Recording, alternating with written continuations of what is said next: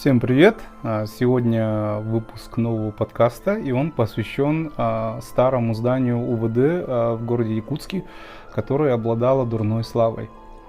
Сейчас этого здания, кстати, не существует, на его месте стоит уже здание Министерства внутренних дел. Подкаст называется «Милицейская байка про здание УВД». Также сопровождается рассказом очевидца. Здание было винной монополией, построенное в 1904 году. В 1987 году в этом здании был пожар, при котором погибло 16 человек. Вот что об этом вспоминают жители города. Небольшой изолятор был пристроен к зданию ГУВД.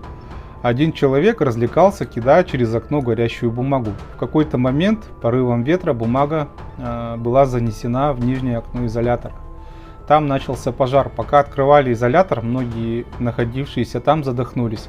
Сняли тогда министра МВД и кучу мелких чинов. Позже был уже на том же самом месте другой пожар. И в пожаре 2003 года погибло 3 человека. Среди них было 2 милиционера, находившиеся на тот момент при исполнении служебных обязанностей, и 1 гражданский, который оказался родственником одного из них. Далее уже идет рассказ уже с тех времен, после вот этих вот 2 пожаров, от очевидца. За очевидца будет рассказывать мой второй ведущий. Кстати, у нее сегодня дебют. Это Светлана. Она библиотекарь, она работает с детьми, и она еще самую капельку ведьм. Было это в 90-х. Работала я в УВД города Якутска, который сейчас сгорел. Обычно я сижу на первом этаже, читаю книги и жду, пока вызовут на место очередного преступления. В один прекрасный день я чуть-чуть приболела, но и все равно вышла на работу.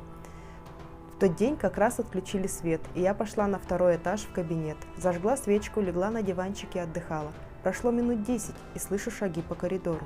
Сразу подумала, что сейчас дадут вызов. Вдруг ручка двери начала шевелиться. «Кто там?» – громко сказала я, но ответа так и не услышала. Дальше творилась просто какая-то чертовщина. Почувствовала легкий холодок возле себя, как вдруг потухла свечка. Пыталась зажечь ее еще раз, но спички просто гасли.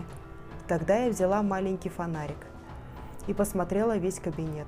Никого. Легла еще раз и чувствую, что кто-то стоит надо мной и смотрит. Резко ручка начала снова шевелиться. В коридоре топот. Свеча опять погасла. Пулей я побежала вниз, к диспетчеру. Пожилой, довольно серьезный мужчина. Я рассказала ему. Такой его реакции я не ожидала. Он посмеялся и сказал: «Ха-ха, все поначалу боятся». «В смысле?» – спросила я. «Да многие тут что-то слышат, бывает и видели, но бояться их не надо, они ничего не сделают». На следующий день поговорили об этом с коллегами, и почти каждый рассказал свою довольно жуткую историю.